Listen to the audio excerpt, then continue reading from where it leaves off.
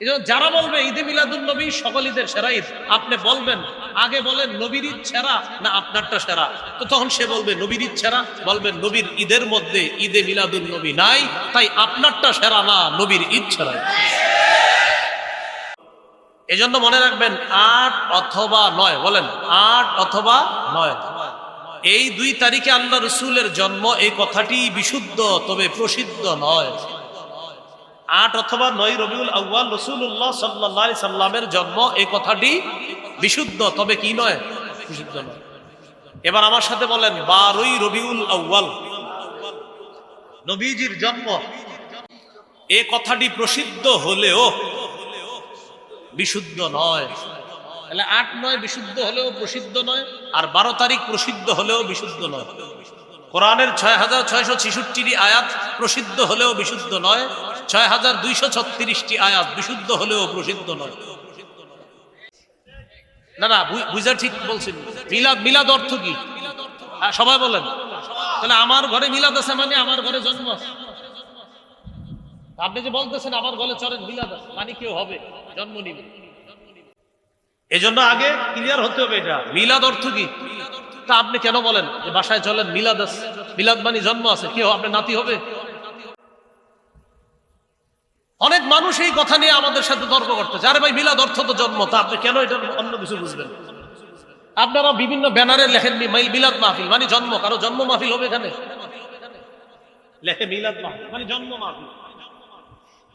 যদি বলেন হ্যাঁ জন্ম মাহফিল, তাহলে লেখেন মিলাদ মাহফিল। মিলাদ মাহফিল অর্থ যদি হয় জন্ম মাহফিল মানে একজন এই মঞ্চে জন্ম নিবে, এটা যদি হয় সমস্যা নেই, লেখেন। বলেন দোয়া অনুষ্ঠান, বলেন সবাই দোয়া অনুষ্ঠান, দোয়া মাহফিল। হ্যাঁ এটাই বলতেছি আমি। মিলাদ অর্থ কি সবাই বলেন? মিলাদ অর্থ কি? তাহলে মিলাদুন নবী অর্থ মুহাম্মদ সাল্লাল্লাহু আলাইহি সাল্লামের জন্ম। আজকে থেকে যদি কেউ আপনাদেরকে বলে মিলাদ মানেন, আমার সাথে জবাব দিবেন, বলেন জন্ম অর্থে মিলাদ মানি।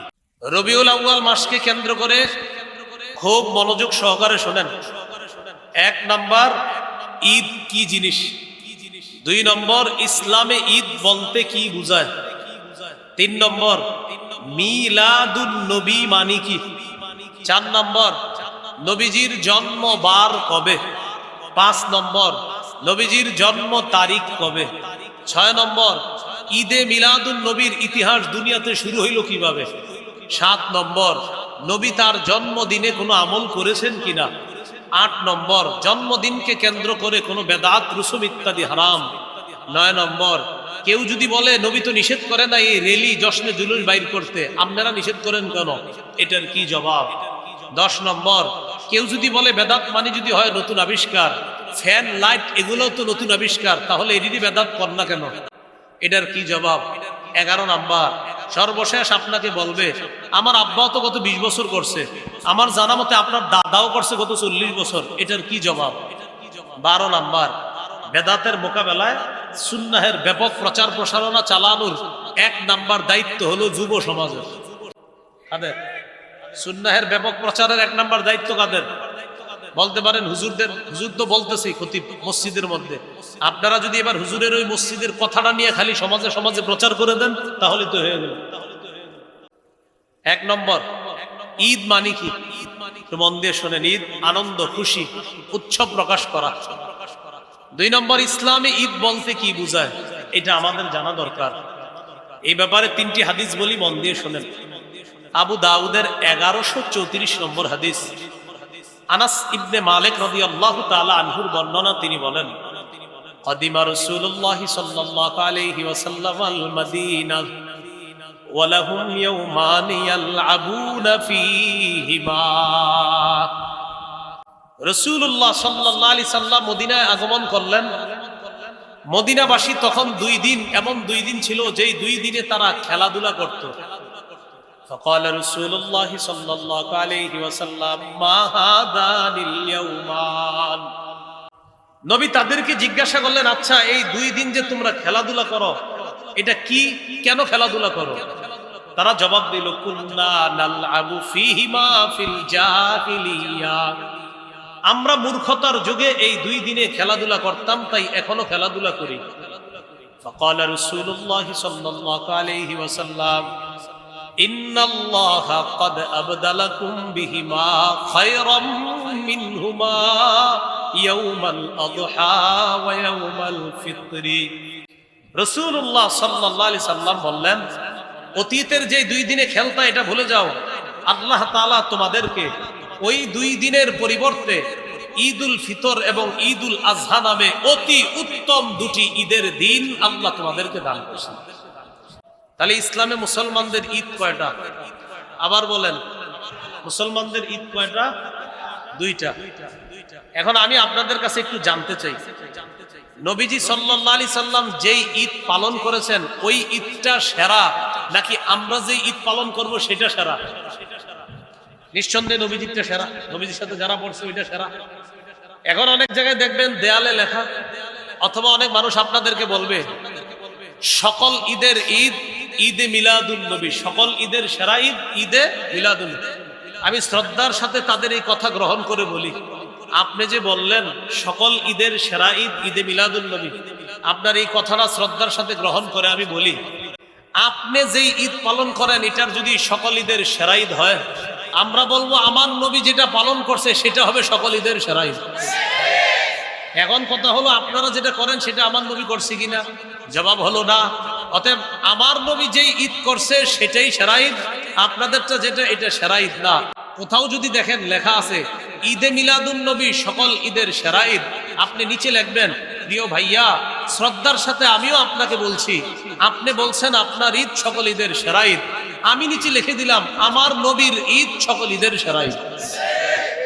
আপনি খালি আগে এইভাবে বলবেন, যেমন আমরা দুজন, উনি বলতেছি ঈদে মিলাদুন নবী সেরা ঈদ, আমি বলতেছি নবীরটা সেরা ঈদ। টেনশনে পড়ে গেছে, নবীর ঈদ আর ঈদে মিলাদুন নবী কোনটা? আমি বলতেছি আপনি কোনটা? আমি ঈদে মিলাদুন নবী সেরা ঈদ বলি। মানি কোনটা? ওই যে 12ই রবিউল আউয়ালে আমরা একটু আনন্দ উল্লাস করবো, ঘুরবো ফিরবো, খামু শেষে বৃষ্টি ইত্যাদি, যাই হোক এটা হোক। উনি বলতেছে ঈদে মিলাদুন নবী এটা হলো সকল ঈদের সেরা ঈদ। তা আমি বললাম ঠিক আছে, আপনার কথা শ্রদ্ধার সাথে গ্রহণ করে বলছি আমার নবীরটা সেরা ঈদ। উনি কয় নবীর ঈদ মানি? আমি বলি নবী যে ঈদ করছে। তখন বলতেছে নবী যে ঈদ করছে সেটা কোন ঈদ? আমি বললাম সেটা দুই ঈদ। এখন উনি বলতেছে আমি যেটা করি, আমি বললাম এটা আপনাদের বানানো ঈদ। এখন বলে সেরা কোনটা? আমি কই নবীরটা। আমি খালি প্রশ্ন করবেন, আপনি আগে বলেন নবীরটা সেরা না আপনারটা সেরা। টেনশনে পড়ে যাবে যদি বলে আমারটা, টেনশন। এই জন্য যারা বলবে ঈদে মিলাদুন নবী সকল ঈদের সেরা ঈদ, আপনি বলবেন আগে বলেন নবীর ঈদ সেরা না আপনারটা সেরা। তো তখন সে বলবে নবীর ঈদ সেরা, বলবেন নবীর ঈদের মধ্যে ঈদে মিলাদুন নবী নাই, তাই আপনারটা সেরা না, নবীর ঈদ সেরা। এটা হলো ঠান্ডা মাথা বলতে হবে।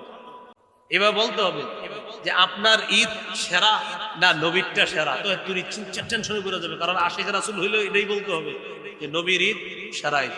তখন বলবেন নবীর ঈদের মধ্যে আপনাদের এই ঈদটা পাওয়া যায় না, অতএব আমার নবীর ঈদ সেরা ঈদ। এটা আপনিও বললেন, আর আমরা তো স্বীকারই করি আমাদের নবীর ঈদ সকল ঈদের সেরা ঈদ। আল্লাহ আমাদেরকে এই কথাগুলো বুঝে শুনে আমল করার তৌফিক দান করেন। বলেন ইসলামী ঈদ কয়টা? সহিহ বুখারীর বর্ণনা 963 নম্বর হাদিস। হাদিসের বর্ণনাকারী আব্দুল্লাহ ইবনে ওমর রাদিয়াল্লাহু তাআলা আনহুমা তিনি বলেন, কানা রাসূলুল্লাহ সাল্লাল্লাহু আলাইহি ওয়াসাল্লাম ওয়া আবু বকর ওয়া উমর ইউসাল্লুনা আল ঈদাইন ক্বাবলা আল খুতবা। আব্দুল্লাহ ইবনে ওমর রাদিয়াল্লাহু তাআলা আনহুমা বলেন, রাসূলুল্লাহ সাল্লাল্লাহু আলাইহি ওয়াসাল্লাম, আবু বকর ওমর তারা সকলেই খুতবার আগে দুই ঈদের নামাজ আদায় করতেন। বলেন তো খুতবার আগে নবী কয় ঈদের নামাজ পড়তেন? আবু বকর সিদ্দিক কয় ঈদের নামাজ পড়তেন? ওমর ফারুক রাদিয়াল্লাহু তাআলা আন কয় ঈদের নামাজ পড়তেন? দুই ঈদের। অতএব ঈদ কয়টা? দুইটা। আবু দাউদের 1148 নম্বর হাদিস। এই হাদিসের মধ্যে আসছে জাবির ইবনে সামুরা রাদিয়াল্লাহু তাআলা আনহুর বর্ণনা, তিনি বলেন, সাল্লাইতু মা'আন নবী সাল্লাল্লাহু আলাইহি ওয়াসাল্লাম غير مرة ولا مرتين العيدين بغير أذان ولا إقامة। জাবির ইবনে সামুরা রাদিয়াল্লাহু তাআলা আনহু বলেন, আমি একবার দুইবার নয় অসংখ্য অগণিত বার আজান এবং ইকামত ছাড়া রাসূল সাল্লাল্লাহু আলাইহি সাল্লামের সাথে দুই ঈদের নামাজ আদায় করছি।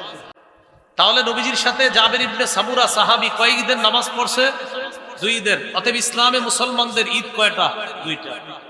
3 নাম্বার কথা, মিলাদুন নবী মানে কি? মিলাদ অর্থ হলো জন্ম। আন নবী মানে মুহাম্মদ সাল্লাল্লাহু আলাইহি ওয়াসাল্লাম।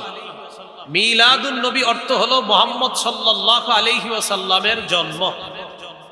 আমাদের সমাজে যদি কাউরে বলেন আপনি মিলাদ আছে, যদি বলেন ঘরে মিলাদ আছে, তখন তার মাথায় আসে যে ঘরে গিয়ে কিছু কাজ করতে হবে, করার পর একটা দোয়া আছে, দোয়ার পরে বিরিয়ানি আছে অথবা জিলাপি আছে। আমাদের সমাজে যদি কাউকে বলেন যে ভাই ঘরে মিলাদ আছে, তো আপনি বুঝবেন কি জানেন? ঘরে মিলাদ মানে ওখানে যাবো, যাওয়ার পরে কিছু ঘটনা ঘটবে, এরপর হুজুর একটা মুনাজাত দিবে, তারপর হয়তো এটা কিন্তু আপনার আমি শ্রদ্ধার সাথে বলতেছি, এটা আবার অন্যভাবে নিয়েন না, মানে আমাদের সমাজে এটারই মিলাদ মনে করে।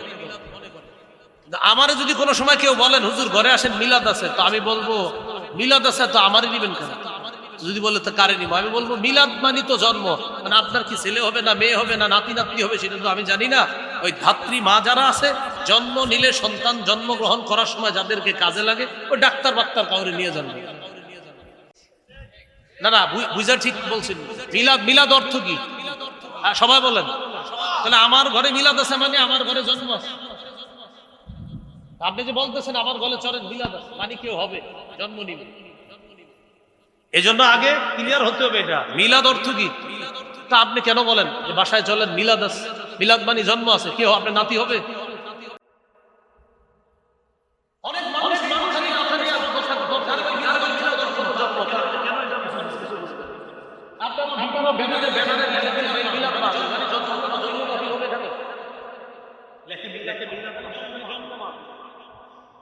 যদি বলেন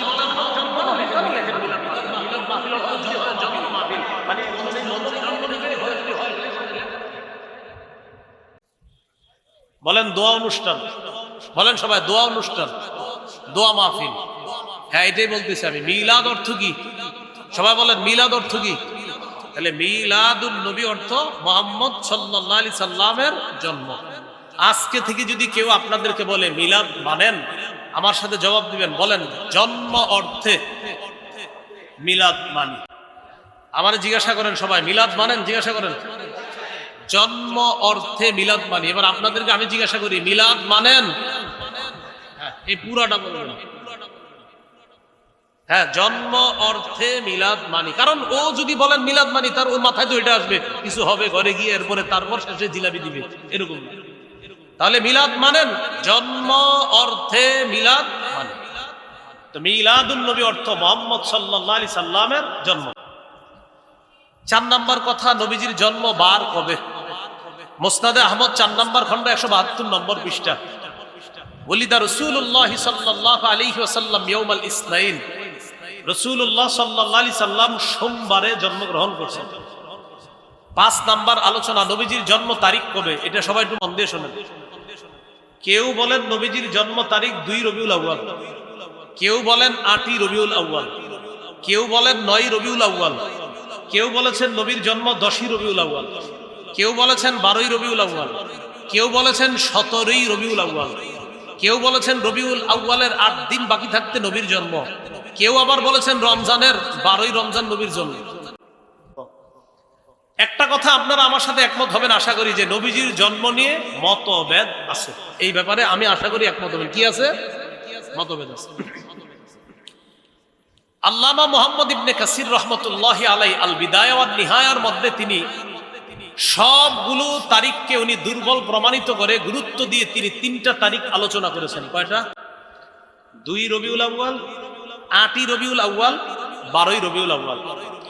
2 রবিউল আউয়ালের আলোচনাটা একটু মন দিয়ে শুনুন। মুহাম্মদ ইবনে সাদ তাবকাতে ইবনে সাদের মধ্যে আছে, তিনি তার উস্তাদ ওয়াকিদি থেকে বর্ণনা করেছেন, ওয়াকিদি তার উস্তাদ আবু মাশার থেকে বর্ণনা করেছেন। আমার দিকে তাকান, এই যে দিক তাকান সবাই। এই উনি হলেন আমার উস্তাদ, ওনার থেকে আমি একটা বর্ণনা করেছি, আমি ওনার ছাত্র। আবার আমি তার কাছে বর্ণনা করছি, তিনি আমার ছাত্র। তাহলে তার উস্তাদ আমি আর আমার উস্তাদ তিনি, এতটুকু বুঝছেন সবাই? এটাকে বলে সূত্র। বলেন কি বলে? তাহলে সূত্রে তিনি আমার উস্তাদ, আমি তার ছাত্র। আবার আমি তার উস্তাদ, তিনি আমার ছাত্র, এলো সূত্র। তার উস্তাদ আমি, আমার উস্তাদ তিনি, এটাকে বলা হয় সূত্র। সূত্রে দুইজন আছে, একজনের নাম ওয়াকিদি, আরেকজনের নাম আবু মাশার।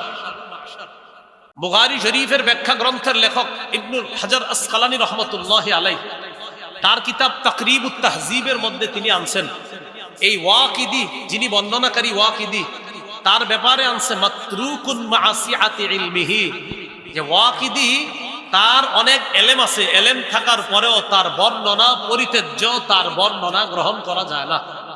আর ওই যে আবু মাশার, তার ব্যাপারে বলছে দাঈফুন ফির রিওয়ায়া, তিনি বর্ণনা করার ক্ষেত্রে দুর্বল। তারা এই সূত্রে বর্ণনা করেছেন উলিদা রাসূলুল্লাহ সাল্লাল্লাহু আলাইহি সাল্লাম ইয়াউমাল ইসনাইন, নবীজি সোমবার দিন জন্মগ্রহণ করেছেন।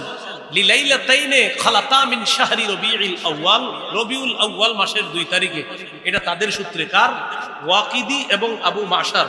তাহলে ওয়াকিদি যিনি সূত্রে আছে তিনি পরিত্যাজ্য, তার বর্ণনা পরিত্যাজ্য। আবার সূত্রে যিনি আছেন আবু মাশার, তিনিও দুর্বল। ওই সূত্রে একজন হলেন দুর্বল, আর এই মনে করেন আমারে বসান ওই জায়গায় আমি পরিত্যাজ্য। এই দুইজন সূত্রে থাকার কারণে 2 রবিউল আউয়ালের বর্ণনাটিও দুর্বল, এটা গ্রহণ করা যায় না। এটা আপনারা আলেম ছাড়া অন্যরা বুঝছেন তো সবাই?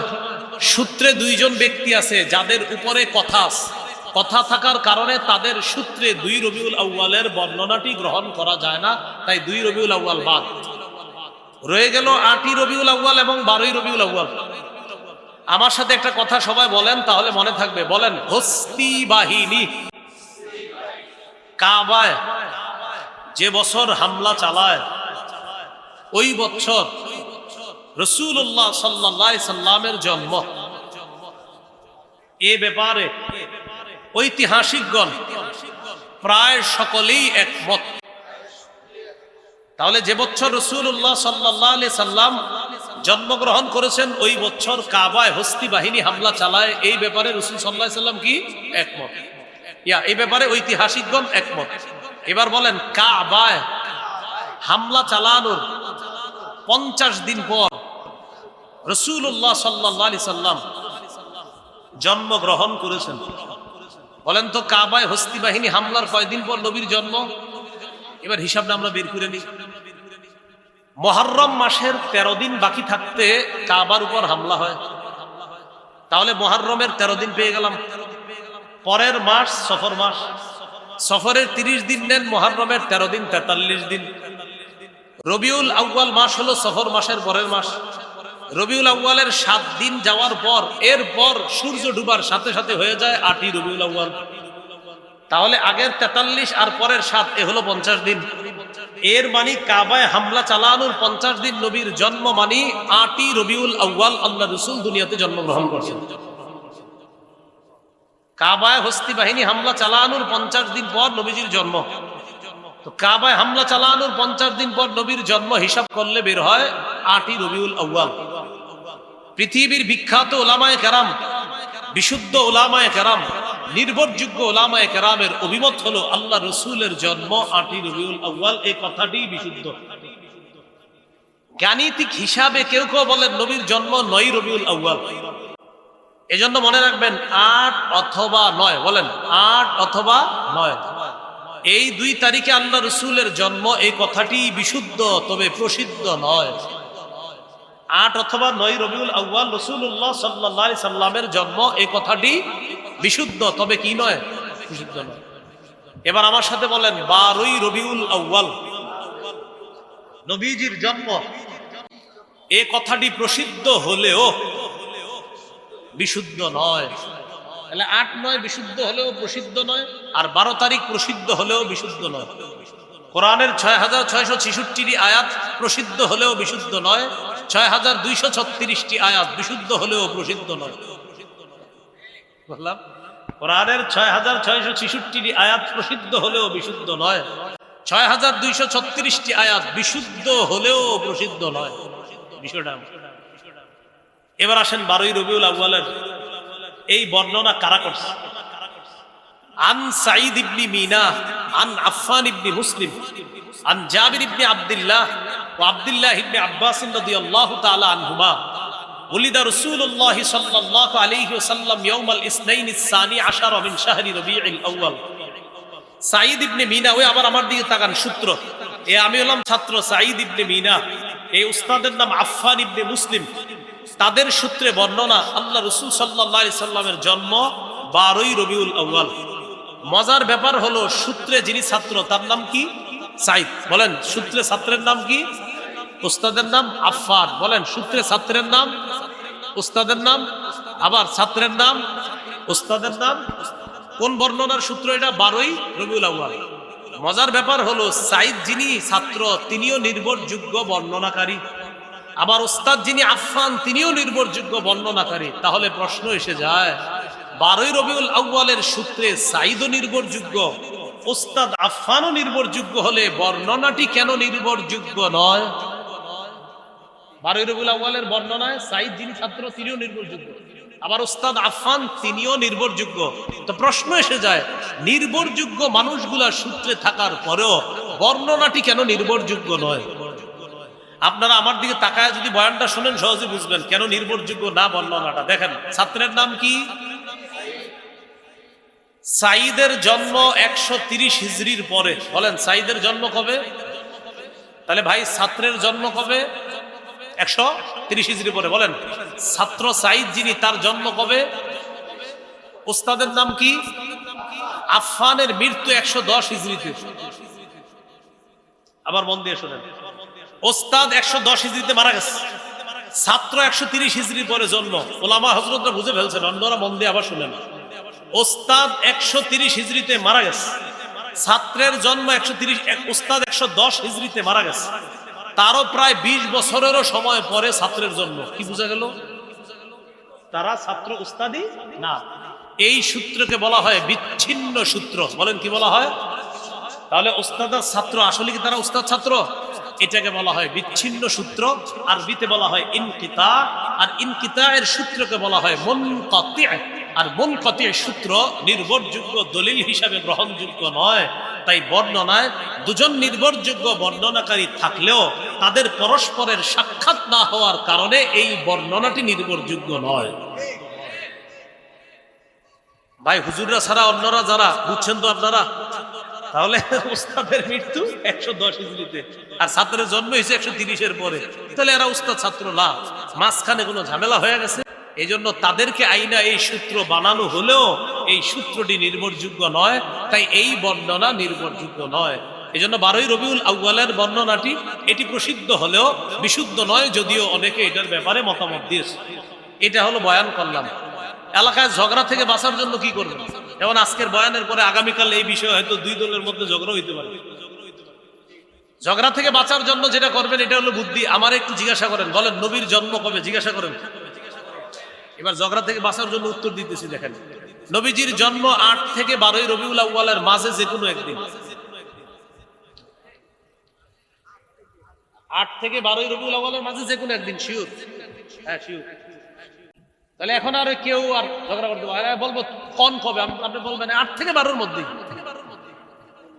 8 থেকে 12ই রবিউল আউয়ালের মাঝেই নবীজির জন্ম, এই কথা নিশ্চিত। এটা যদি আপনারে বলে, আমরা তো বললাম 8-এরও বর্ণনা আছে, 9-এরও বর্ণনা আছে, 10-এরও বর্ণনা আছে, 12-এরও বর্ণনা আছে। তো এই জন্য আপনি যদি চান যে না ঝগড়া করবেন না, তখন বলবেন 8 থেকে 12ই রবিউল আউয়ালের মাঝে যে কোনো একদিন। আপনি টেনশন করেন, আপনি কবে হইলে খুশি হন এটা বলবেন। এ হলো ঝগড়া মুক্ত থাকবেন এইভাবে। এগুলো 6 নম্বর কথা, না 5 নম্বর কথা। 6 নম্বর কথা, ঈদে মিলাদুন নবী কিভাবে শুরু হলো? এটা আমার সাথে যদি একটু বলতে বলতে পড়াশোনা করে নেন মুখস্থ থাকবে। বলেন 604 হিজরিতে ইরাক দেশে মসুল শহরে বাদশা আবু সাঈদ মুজাফফর জনৈক আলেম আবুল খাত্তাব ওমর ইবনে দিহিয়া তার মাধ্যমে সর্বপ্রথম ঈদে মিলাদুন নবীর সূচনা করে। কত হিজরি? 604। কত হিজরি? কোন দেশে? শহরের নাম মসুল শহর, বাদশার নাম আবু সাঈদ। বাদশার নাম কি? আর যে হুজুরিরা বেদাত করতে গেলে কিন্তু একজন সাইনবোর্ডওয়ালা দাড়ি টুপিওয়ালা লাগবে। বেদাত যারা করে না দেখবেন সাইনবোর্ড টুপি দাড়িওয়ালা, এরপর একটা গাড়ির উপরে উঠবে আর চারোদিকে ফুল টুল দিয়া হেরে খুঁজে পাবেন না। তো এখন কথা হলো ওই বেদাতের যিনি লিড দিলেন তার নাম আবুল খাত্তাব ওমর ইবনে দিহিয়া। এই তার মাধ্যমে সর্বপ্রথম এই বেদাতের সূচনা হয়।